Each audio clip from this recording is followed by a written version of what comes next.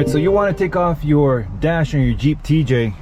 This is going to be the first time that I've done this, so I can see all these bolts here, but I'm having issues taking this off. I was watching a quick video and it just started pulling on this, but once I realized that there's screws here, I needed my plastic pry bar. This right here. So it actually does a pretty good job like that, popping everything up. You see that? This worked pretty well. Just like this.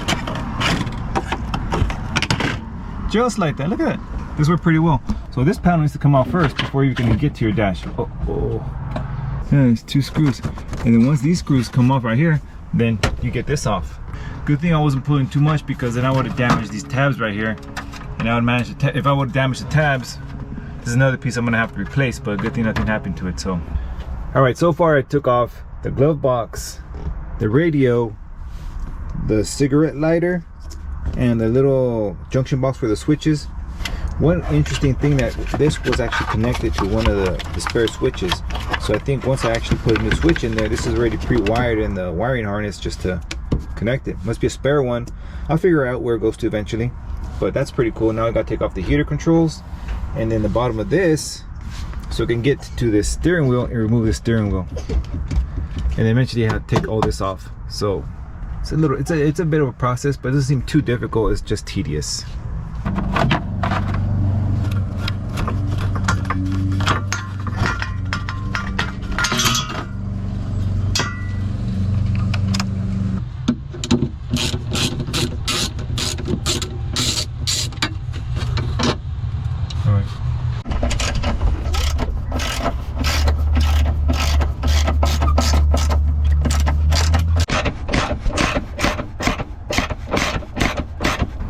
So this needs to come off so I can remove a wire to remove this wiring harness, but I can't take this off until this comes off.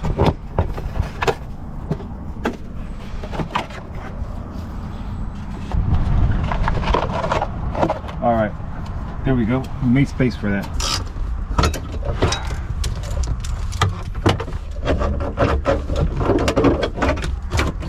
There we go.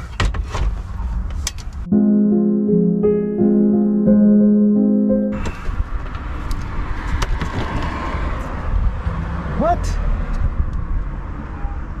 Just like that, it just goes whap. Now that's interesting. I was not expecting it. Look how easy. While we have this, might as well replace all these bulbs. You can see right there. Yeah. They're right there. Why not? And while it's off, we're also gonna polish this a little bit better. Try and make it look like new. We should be able to pull this off and at least figure out what else is holding it. There's still gonna be some wire connections, I can tell for sure, but I'm not sure until we get to that point. But this is a lot of work just to get your heater core replacement. I can understand why a shop is going to charge you thousands of dollars to do this job, because it is pretty labor intensive. Pick it up. All right. Yeah, bring it this way. Put it on the seat. Yeah. Put it on the seat for now. And come around.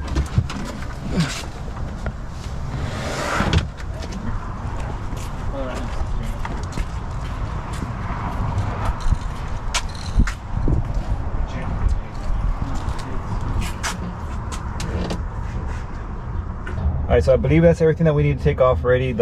All the bolts on the back inside the engine bay have been removed, and we got the circuit breakers, switch box over here taken off. So in theory, I think if there's nothing else that's going to be surprising, it should just come right out.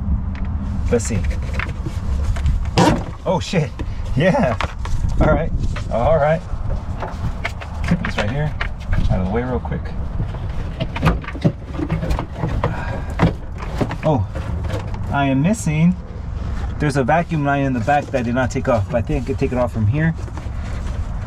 No, I'm gonna have to go from the back. Shit. Give me a second. This little vacuum line right here was still connected in the engine bay, so that was all I really disconnected.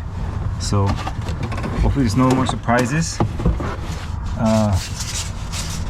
This looks like it's just inside this little bracket. Let's just take this carefully. Okay, so far so good. So far so good. So far so good. No, that's clear. That's clear. Do you see anything on the bottom? Just take a look on the bottom. This is like ground wire. A ground wire? That's a ground wire.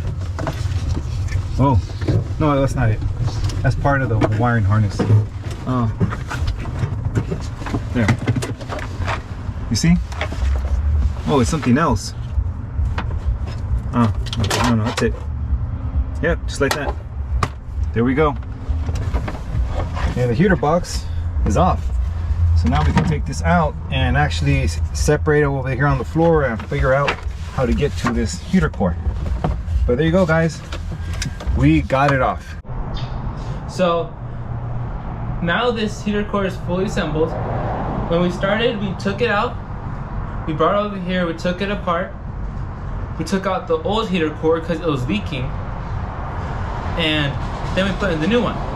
We put the foam over the new foam over the heater core, new heater core. And then we cleaned it up, everything up in here, in the heater box. And then we closed it up, put the fan thing in here. All right, everyone, so this is the result of hours of manhandling, finally getting this dash and the heater box back in.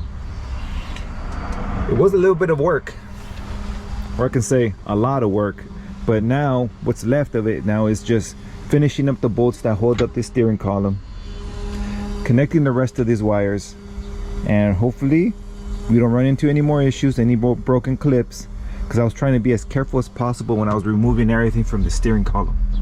So hopefully everything is just pops right in and we're done with this installation. And we're actually going to have a functional heating system inside of this Jeep.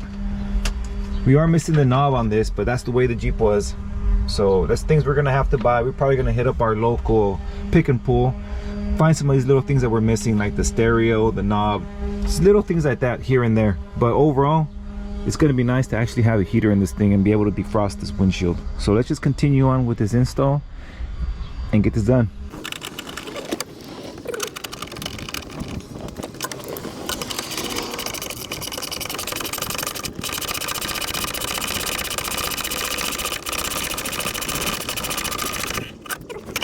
Everything's back on now. We even took it for a drive, and some interesting things did pop up from putting all this together. You know, we noticed that the speakers over here weren't even connected, and there's like a little bottom light over here that was missing the bulb, and the same light on that side was non-existent, but there's like a wire just hanging out on the bottom. So we did learn a lot of new things about this Jeep by taking off this dash. Now that it's done, the heater worked perfectly fine. We're gonna have to buy a new knob right here, and we're gonna have to buy a little knob for this one, but everything's working. All these options, hot and cold, everything looks really good. We're gonna buy some toggle switches for this, and then we're gonna replace the radio. And we didn't put that little surround sound, just like a little bracket, we didn't put it back in because we're gonna put an OE style radio here, but probably the one that's been updated with Bluetooth. But that's one thing we're planning on doing on this Jeep. But everything's on, everything's good. I polished these gauges, the clear lens on the gauges. They came out really nice. All the scratches came off, so that's good to go.